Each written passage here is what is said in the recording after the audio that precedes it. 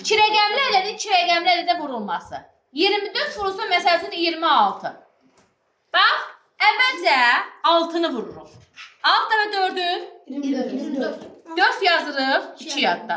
Sonra 6 dəfə 2-nin 12 2 yadda 14. Ta yadda qalmadı. İndi bunu sildik. Bu səbəb bunu yumrulayırıq. İndi bir dəfə buna 2 dəfə 4-ün 8. İkincinin altına yazırıq. 2 dəfə 2-nin 4. Daha sonra buranı toplayırıq. 4 toplayanda 12 bir yadda 5 bir yadda 6. Birini də yazıram. 35 vurulsun məsələn 26. Yenə 30. bir özlüyün sakit olun. Birincini vururuq. 6 5'in 30. 0 yazırıq 3 yadda. 6 3'ün 18 yadda 21. neçə? 21. Ay sağ ol. İndi bunu sildik. İndi bu sefer içini yumrulayırıq. Yenə 2 dəfə 5'i 10. 0 yazırıq 1 yadda.